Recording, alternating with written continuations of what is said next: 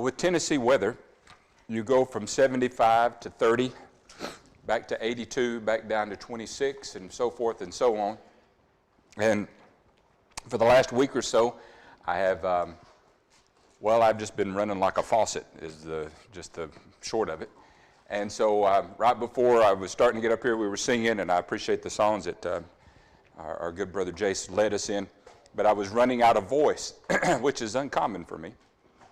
But I was starting to run out of voice, so I got one of the little candies from my daughter, gave it to me, and I've chewed it up. And I tell you all that because it's one of those, it's hard on the outside and chewy on the inside. And so if I stop right in the middle of my lesson, it's because my teeth have stuck together because the chewy stuff is stuck down in there. So it'll just take a minute if I have to unlock my jaw. But hopefully we won't get to that point. In Ezra chapter 7, if you want to go ahead and open up your Bibles to that, we're going old school tonight. We don't have a PowerPoint presentation, so you'll have to actually open it up and follow along and read along with me. But to kind of catch you up and get you where we're at in Ezra chapter 7, the children of Israel and the southern kingdom of Judah, both kingdoms have gone into captivity, and they went into captivity at different times and in different places. One to Assyria, if you recall, the northern kingdom, the southern kingdom of Judah to Babylon. And by the time we get to Ezra, not only have they gone off into captivity, they have now basically completed the 70 years that they are supposed to be in captivity. Because if you recall in Jeremiah chapter 25, verses 11, 12, 13, in that area around Jeremiah chapter 25, God had said that he was going to have them to be in captivity for those 70 years, but then he would allow a remnant to return. That he had not forgotten his people. He had not forgotten his promise. And the reason why he needed his people to come back is because he made a promise through Abraham, or made a promise to Abraham, that he would bring his seed, and that through his seed all the nations of the earth would be blessed. And so his plan still needed to take place, and so he was bringing his people back. And so about 70 years then, after they had gone into captivity, a man by the name of Cyrus, who is leader of the Medo-Persian Empire, comes in and he takes over Babylon. The Babylonian Empire, which was very powerful for a very short amount of time because of King Nebuchadnezzar, but they were only for a very short amount of time, and then Cyrus comes in and he takes over. And in the very first year, it says, at the end of 2 Chronicles chapter 35, or 36, verses 22 and 23, it says, "Now in the first year of Cyrus, king of Persia, that the word of the Lord by the mouth of Jeremiah might be fulfilled, the Lord stirred up the spirit of Cyrus, king of Persia, so that he made a proclamation throughout all his kingdom, and also put it in writing, Thus says Cyrus, king of Persia, the Lord, the God of heaven, has given me all the kingdoms of the earth, and he has charged me to build him a house at Jerusalem, which is in Judah. Whoever is among you of all his people, may the Lord his God be with him. Let him go up." And so Cyrus gives the proclamation and also the ability for all of those Israelites who wanted to go back to the land of Judah, who wanted to go back to the city of Jerusalem, and to be there and to help rebuild the temple there and start the sacrifices and the worship of God there. He gives them the option to go, and there's two men specifically that gather up a group of people that are just under 50,000, a man by the name of Zerubbabel, who was in the line of David, King David, and then the other one, Jeshua, who was a priest. They lead this group of about 50,000 people back to the land of Judah. And they get back to the land of Judah, and they rebuild the altar, and they start offering up sacrifices again to God there in the city of Jerusalem. And they start the foundation of the temple, but then they stop. They stop. Because of outside forces and persecution from those other people in the land, they just stopped work on the temple. And they looked to themselves, and they looked to their own houses. And if you recall, God then, over that next period of about 16 years, of which they don't do anything on the temple, over that next 16 years, he brings to them a couple of prophets, Haggai and Zechariah, to charge them up, to tell them that they needed to get back to doing what they're supposed to be doing. And so therefore, later on, or about the year 520 or so, somewhere between 520 and 516, they come back and they start rebuilding it, and they build the temple. And the temple is built and worship is restored, and then we don't hear a lot more for a few more years. Matter of fact, it's about 60 more years. About 60 more years after that, When another king comes in, another Medo-Persian king comes in, his name, and I apologize, Jake, we should have warned you that his name was in there. It's not an easy name by no stretch of the imagination. So he didn't get Cyrus, that would have been okay. He didn't get Darius, that wouldn't have been so bad. He got Artaxerxes, which is not so easy, right?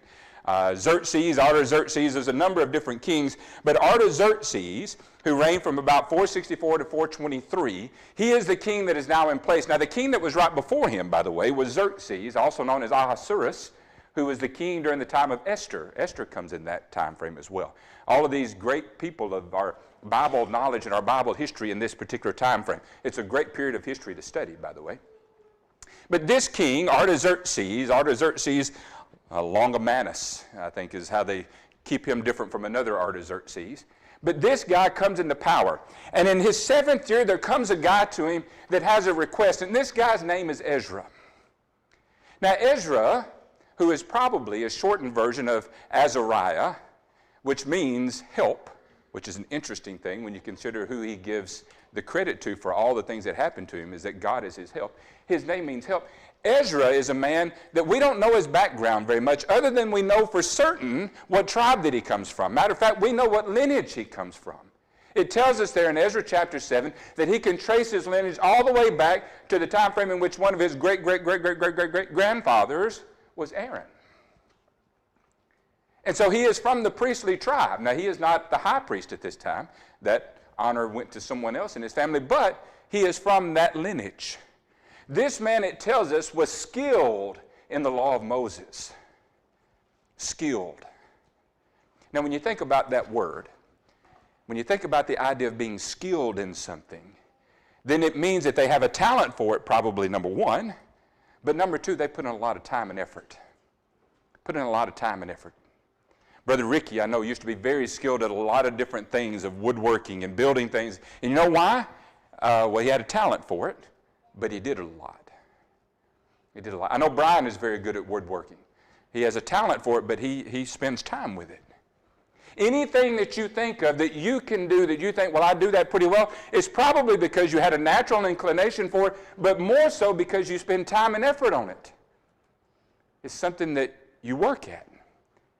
It says that he was skilled in the law. That lets us know that he spent time with it. This Ezra is able to come before the king and to offer a request. Now, how he has access to the king, we don't know. It never tells us how he has access to the king. He may have been similar to Nehemiah, who comes about in that Nehemiah was an official representative in front of the king as the cupbearer, but it doesn't tell us that Ezra was that way. It may be that Ezra had some kind of access to him because of the queen that was before them, Queen Esther, giving them prominence. We don't know. All we know for sure is that Ezra has access. Ezra has access to the king. And so when he comes before him, he asks of something, or asks something of him. And what we also know is that the king was favorable toward Ezra. Because it tells us in Ezra chapter 7 and verse 6, and the king granted him all that he asked. Isn't that interesting?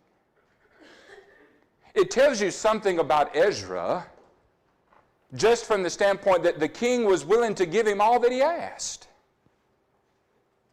And when you think about, we can know some of the things that he must have asked for because of what the king granted him the capability of doing. See, if you look in Ezra chapter 7 and verse 14, it says, "For you are sent by the king and his 7 counselors to make inquiries about Judah and Jerusalem according to the law of your God." So number one, we know that he must have asked to be able to go back to Jerusalem and Judah and inquire of the Lord. Because he says, well, go. He also says in Ezra chapter 7 and verse 17, "You shall offer them," the them here in this case, are all the offerings that the king and his counselors provided, along with all the free will offerings that Ezra could gather from the people there on his way back. He says, "You offer them on the altar of the house of your God that is in Jerusalem." So we know then that Ezra must have asked for something, and the king is granting him gifts to take back and offer to God. We also know in Ezra chapter 7 and verse 23 that King Artaxerxes provides Ezra access to the provisions of the province that is in the province beyond the river, the area around Judah. And all of this, if you read that passage there, you'll see that he had access to a lot of things, up to 100 talents of silver and 100 cores of this and 100 cores of that. And in other words, he had, and salt without measure, he had access to a lot. And he said, basically, the king said, you give him whatever God requires. You give it to Ezra. Now, I want you to think about this for a minute. Let's pretend just for a minute that you're a boss and you have people working for you, right?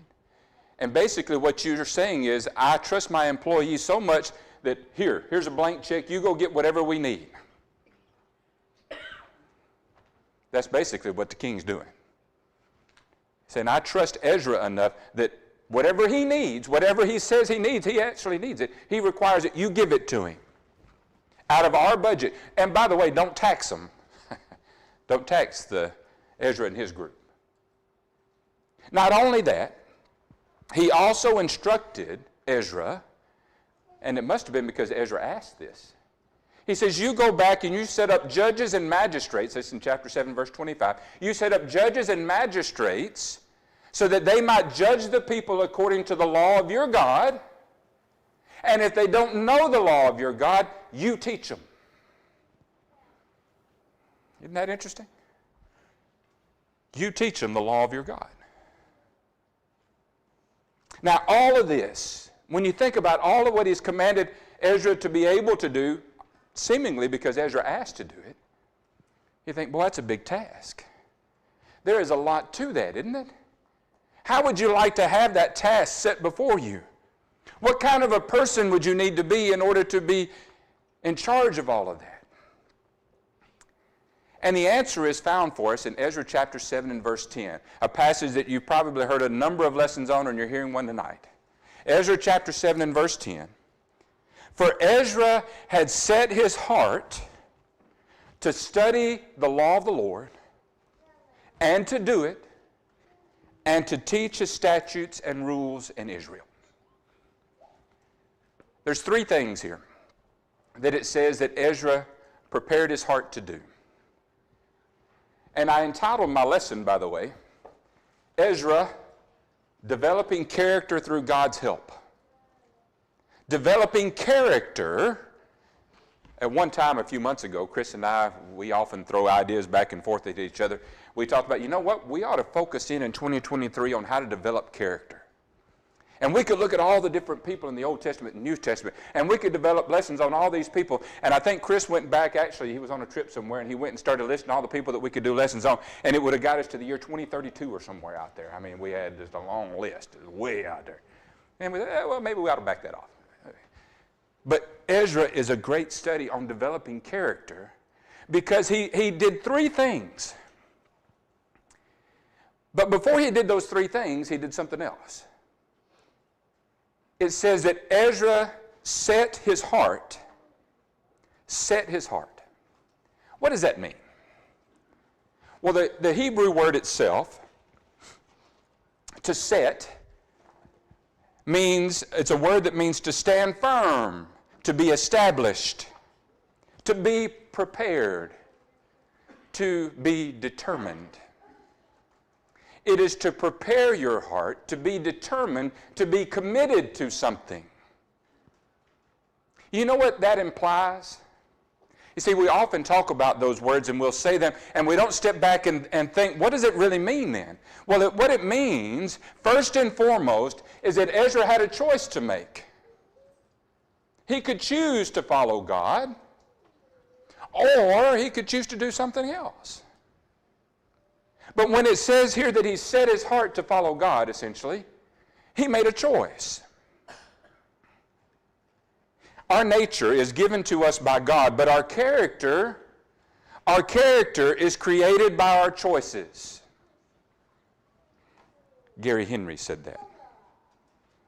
Everyone in this life is faced with the choice to follow down the path of God or down the path of this world. Every single one of us. We have that choice. The character that we want, and you obviously want it because you're here this evening.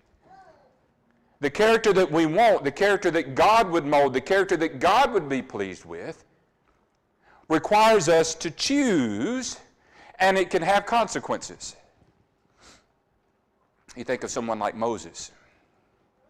In Hebrews chapter 11 and verse 24, by faith Moses, when he was grown up, refused to be called the son of Pharaoh's daughter, choosing rather to be mistreated with the people of God than to enjoy the fleeting pleasures of sin. He considered the reproach of Christ greater wealth than the treasures of Egypt, for he was looking to the reward. He made a choice. He knew there was consequences to his choice, but he made the choice. He would choose rather to suffer with the people of God. Our character is one that we can select. Or we can just allow the world to influence us. And we develop that character. Now that's a poor choice. But it's still a choice. You've still chosen it. Ezra prepared his heart in a different way. He set his heart, he determined within himself, he committed himself to doing something different. I like this quote I read from James Anthony Froude. You cannot dream yourself into a character. You must hammer and forge yourself into one. Hammer and forge. That means you got to work at it. It's not easy. Notice here that the first thing that Ezra did, the first thing that he set his heart upon, was to seek the law of the Lord. Ezra's first order of business was to set his heart to study the law of the Lord. We've already mentioned that the description of him was that he was a scribe skilled in the law of Moses that the Lord, the God of Israel, had given. Now, if Ezra had been part of the king's court, if he had been part of the king's group, he would have been exposed to all the other kinds of things, all the other kinds of studies, the magic, the whatever else that the Medes and the Persians they were known for, and all their knowledge, right? He could have been infatuated with all of that, but no, he wasn't. What he set his heart on, what he wanted to really know, was God's law. It's interesting how often the psalmists talk about having our hearts associated with knowing God's law, the desire to know his law. Keep your hand there in Ezra chapter 7, but flip in your Bibles to Psalm 119. We're not going to read the whole thing. Psalm 119. And look at a few verses with me that show how much our heart is connected to the desire to know God's law. Psalm 119, verse 2. Blessed are those who keep his testimonies, who seek him with their whole heart. Skip down to verse 10. With my whole heart I seek you. Let me not wander from your commandments. I have stored up your word in my heart that I might not sin against you. Skip down to verse 34. Give me understanding that I may keep your law and observe it with my whole heart. Lead me in the path of your commandments, for I delight in it. And then in verse 111, your testimonies are my heritage forever, for they are the joy of my heart. I incline my heart to perform your statutes forever to the end. You see what he's getting after? His heart desired God's law. His heart desired to know God's thoughts. And if he could set his heart on that, that'll drive a lot, won't it? It'll drive a lot of our actions. We should take from Ezra's example and commit ourselves to knowing and understanding God's will, the gospel of Jesus Christ that we have available to us. There's no excuse for ignorance. There's no excuse for foolishness. Ephesians chapter 5 and verse 17. It does. There's no excuse for it. Why? Because we have the mind of Christ. Because we have the mystery revealed to us, Ephesians chapter 3. We have the knowledge of God. We must have the mind, the will, the desire to understand it and to study it. Ezra set his heart to study the law of the Lord. Paul told Timothy in 1 Timothy chapter 4 and verse 13, till I come, this is the New King James, till I come, give effort Pay attention. Give attention to reading, to exhortation, to doctrine. Do not neglect the gift that is in you, which was given to you by prophecy with the laying on of the hands of the eldership. Meditate on these things, and this is the reason why I took the New King James Version, this next phrase. Give yourself entirely to them. It doesn't leave a lot out when you give yourself entirely to it. Give yourself entirely to them, that your progress may be evident to all. Prepare your hearts. Determine within your hearts, just like Ezra did, first to study the law of the Lord. And then next he says, and to do it. I believe when Jake read it, he said, to observe it. To do it. You know, the law of God is not merely meant to be learned. It's meant to be obeyed. A full mind, but an empty life is of no value. It's just not.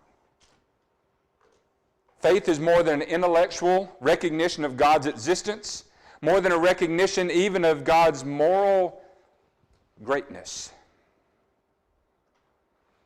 Faith is the practice of God's commands.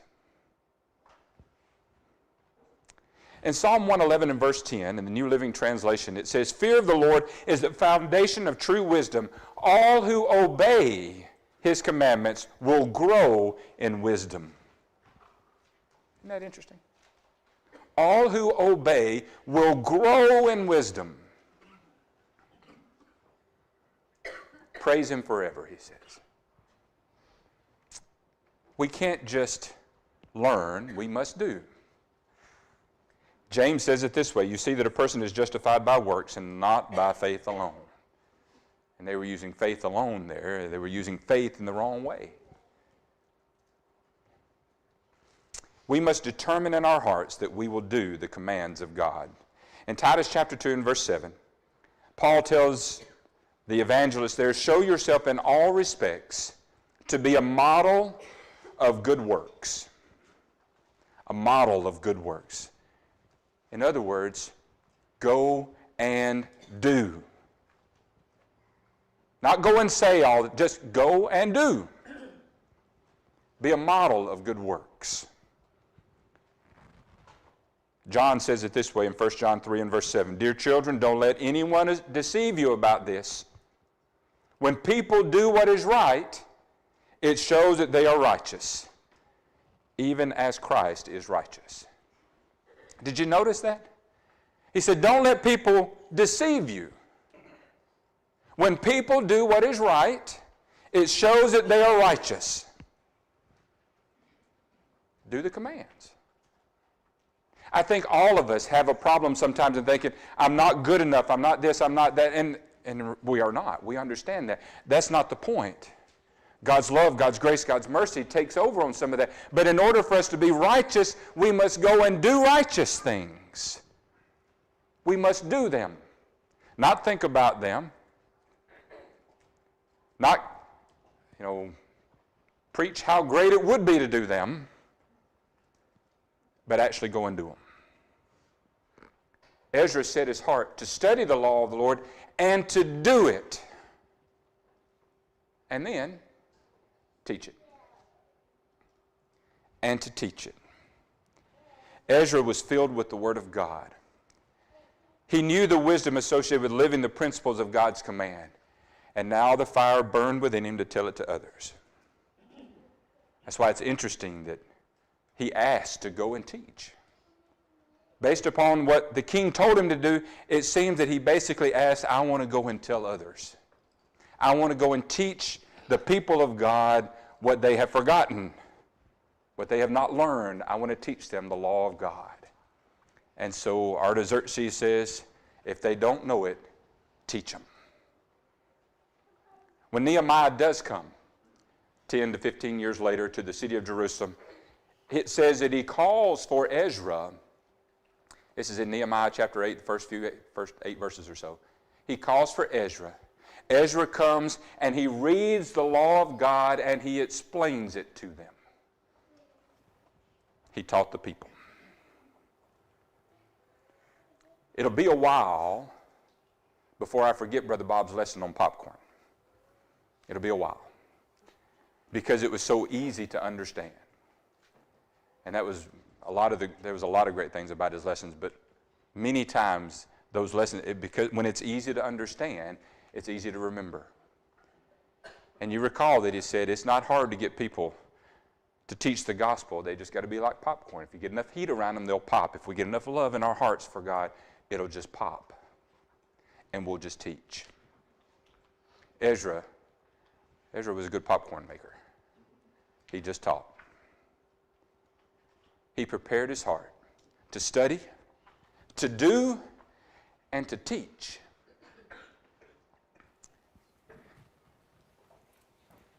I'm almost done. I wrote a couple of things down because sometimes there's one particular phrase that shows up more than once, and this is something that I asked Chris what he was preaching on the other day, or he asked me, I don't remember which order it was. And I told him I was thinking about doing something on Ezra, and he said, well, you ought to do it on that phrase that's in there, and that's not what I did it on, by the way. But you ought to do it on that phrase that's in there, and the phrase is found in Ezra chapter 7 and verse 6. For the hand of the Lord his God was on him. He repeats that phrase down in Ezra chapter 7 and verse 9. For the good hand of his God was on him. He repeats it again in Ezra chapter 7 and verse 28. For the hand of the Lord my God was on me. He repeats it again in chapter 8 and verse 18. And by the good hand of our God on us. And then again in chapter 8 and verse 22. The hand of our God is for good on all who seek him. Ezra looked at his life. He looked at what he was accomplishing in his life. And for whatever good that he did, he said it was because the good hand of the Lord was on me. It was because God was with me. Have you ever felt in your life that you don't know if God is there? Or you feel like sometimes that the only times that he's there is just by sheer happenstance or randomness or luck? So I looked up what luck was defined as by certain people, and I only kept the ones that I liked. But one man, this guy goes way back. I believe his name is Seneca. He was a philosopher from way on back. And I'm not talking about just in the 1990s. I'm talking way on back, all right? Way back there. Luck is what happens when preparation meets opportunity.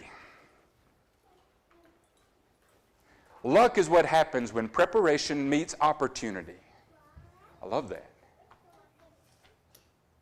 And it's because, you know what I really think we could probably put in place of that? Providence. Providence is what happens when we're prepared for every opportunity. Gary Player, a golfer, a very good golfer, a very good sand player, is from South Africa, and he was a very good sand player. And somebody told him one time, he said, man, you're really lucky out of the sand. And he says, you know, I've noticed that the more practice I do, the luckier I get. When it comes to God's hand being in our lives, when it comes to God working through us in our lives, I think the more prepared we are, the more willing we are, the more we set our hearts to study and to do and to teach, the more it'll show up. We'll just be lucky that way. We must prepare ourselves, prepare our hearts to study, to do, and to teach. I encourage you this week to go prepare, and then do, and then share.